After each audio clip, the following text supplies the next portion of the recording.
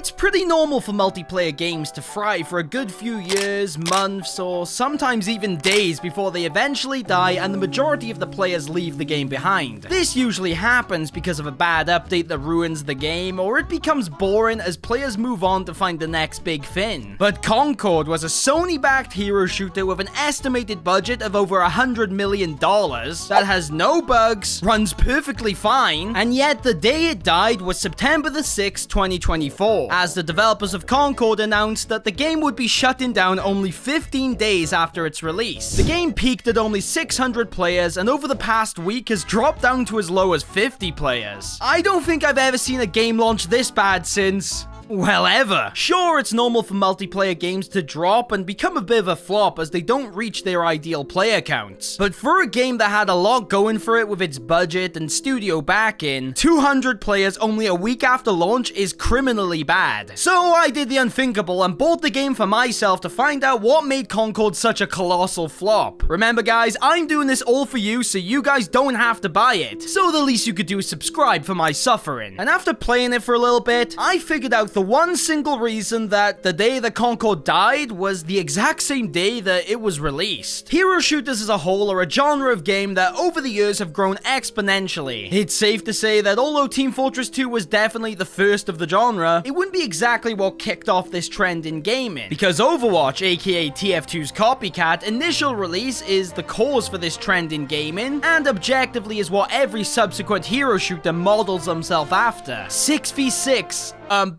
wait. 5v5 games where you and an enemy team duke it out over various objectives, where every character has a unique skill that sets them apart from one another. There were many reasons why this succeeded and worked so well, but surprisingly enough, the gameplay in my eyes had very little to actually do with it, because Overwatch's gameplay has gone through many ups and downs.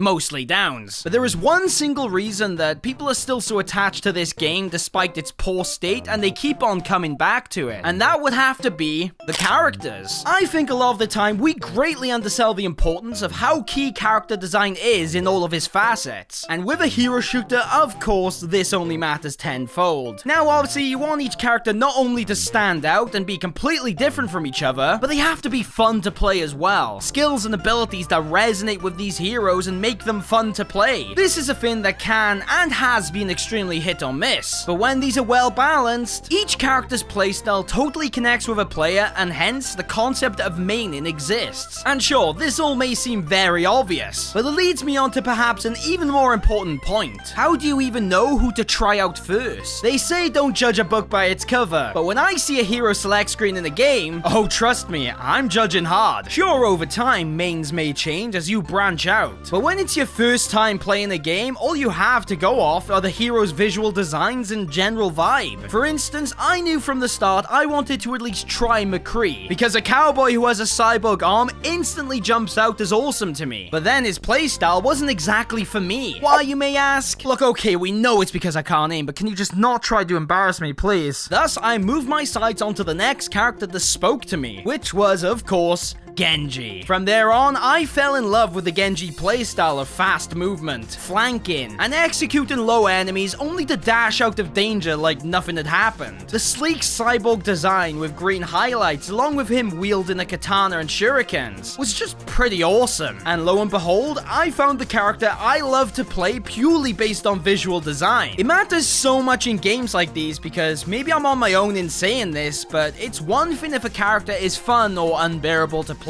but if my character doesn't look sick as hell, I literally have no interest in playing them. So if character design is key, then the reason Concord failed was because they didn't have a key to open the door with in the first place. Sure, a big part of Concord's failure was the game being quote-unquote woke, which is something I do usually find is a buzzword with little to no meaning these days. Although Concord is one of those games where I actually do kind of see what people mean with this one. It's one thing to make a character gay, I couldn't care less, but to have characters character's pronouns on their select screen, it almost feels like a parody game. But even still, I don't think this was ever the real problem with the game. The reason, though, that Concord hasn't and probably will never get any traction is because these characters, well, they pretty much suck. Even in games where I dislike most of the character designs, I still tend to find one or two that I will gravitate to naturally, but Concord may be the first game of this type where not a single character has stuck out to me as someone I'd want to play. There are some egregious examples here of terrible design, such as, of course, Imari. You've probably already seen this character by now, and I just can't fathom why anyone would want to main this character. Disregard her enormous size, and I'm not just saying that because she's a bit fat. It was a genuine jump scare seeing how big this character was in the game, like she's just comically large. Her armor as a whole just looks a little bit goofy, and the color design just seems really boring and weirdly picked. It makes her look like Doomslayer if he ate too many double cheeseburgers. She just looks really silly, and I feel like there would have been a way to make her cool, but everything on display here just does not work. It seems this is a running theme with their tank characters like 1-0FF here,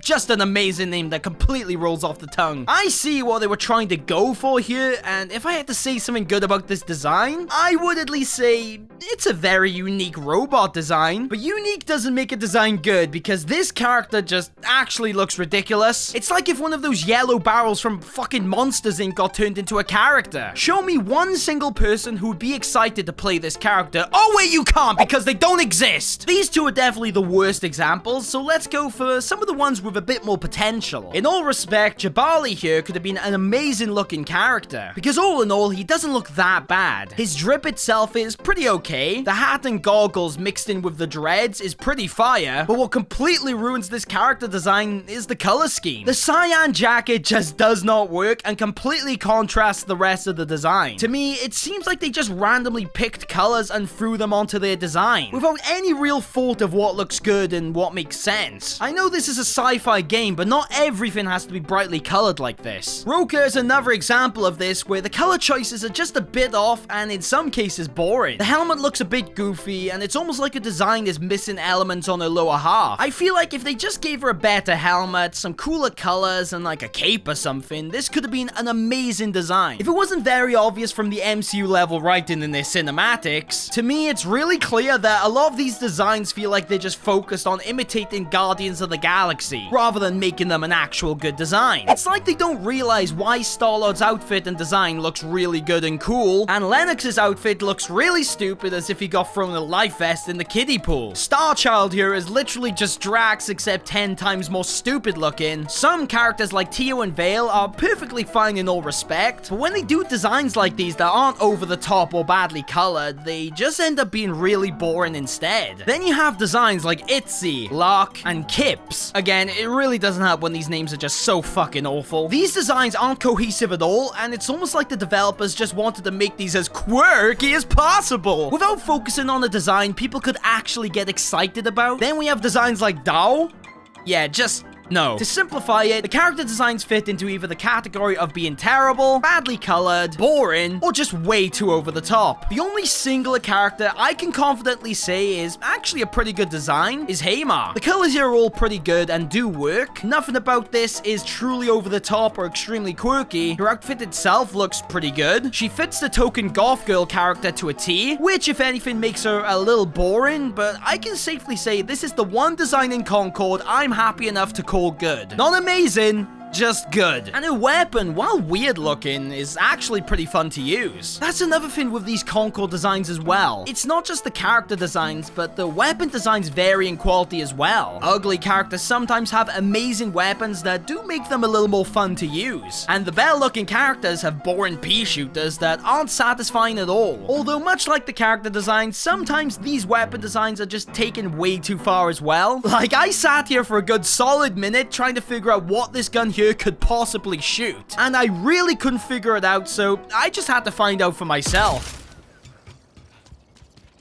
Oh, of course, it shoots balls of literal shit. How could I not see that coming? At least with the weapons, it is less egregious because it really only matters how they feel to shoot rather than their visual design. Some are fun, some are awful, you get the idea. It is a shame that Concord is so lacking in its designs because, for what it's worth, there is a solid game hidden under all this shit. The movement at times can feel really nice and is actually pretty fast-paced. Some abilities help with this, but for the most part, a lot of characters have double jumps or these roll-like moves that really elevate the movement in all axis, and give gunfights more depth than you'd actually imagine. Though the game is extremely floaty, so use the double jump carefully because otherwise you'll be a sitting duck in the air for snipers as it takes you 3 to 5 business days to fall back down to the ground. The gunplay is solid, the abilities are a bit hit or miss, but most are decent. There is definitely a good game within Concord. Unfortunately, because they missed the mark considerably with all their character designs by making them unappealing, boring, or just plain ugly, evidently no one has wanted to drop money for this game to try it out. Because really, if none of these characters look cool to play, then why would anyone get excited about a game like this? Even if the game was free to play, it would pick up a little bit due to morbid curiosity, but it would still only reach player counts that are far below the standard a game with millions of dollars put into it should be reaching. You know, it's actually kind of funny, because this all actually coincides with another game I am now allowed to finally talk about without being shot dead by the CIA agents at Valve. Deadlock is Valve's newest MOBA game, very akin to Smite, where you pick your hero and duke it out in lane-based arenas. The reason this is so funny is because Deadlock is currently the 6th highest played game on Steam with roughly 100,000 players, a considerably higher number than Concord's, yet Deadlock hasn't even been released. It's still in alpha access and isn't even available to everyone. So why is Deadlock doing so well without an official release compared to the colossal failure that is Concord? Besides the fact that everyone is a shill for any game made by Valve, including me. It's because Deadlock, especially in comparison to Concord, triumphs in its art design far more than anything Concord could dream of. One look at Deadlock's character selection screen and then looking back on Concord's is simply just night and day in quality. Not to mention, this open alpha has more characters than Concord does, which I don't know if this is hilarious or pathetic. Probably both. Already, Deadlock has a far more cohesive set of character designs that instantly will have a few jumping out to new players looking for their new main. And it's not even like these designs aren't a bit quirky or less colorful than Concord's. There is just as much of that going on here. A design like Abrams is fairly quirky and brightly colored, but these colors aren't random and there is purpose for these choices. Match with immaculate drip and thoughtful design makes this character look a lot cooler than something like this. A character like Bebop works far more than 1-0FF. Jesus, I can't get over how shit of a name that is! Even though Bebop is a bit of an exaggerated character design, there's an actual reason to design him this way as it perfectly coincides with his skill set. And with far better, less obnoxious colors, he looks cooler in practically every way. Deadlock characters are rather simpler, and this just works out better for characters when compared to Concord. Less is more after all, and so sticking to simpler designs, colors that make sense, and designs that just actually look good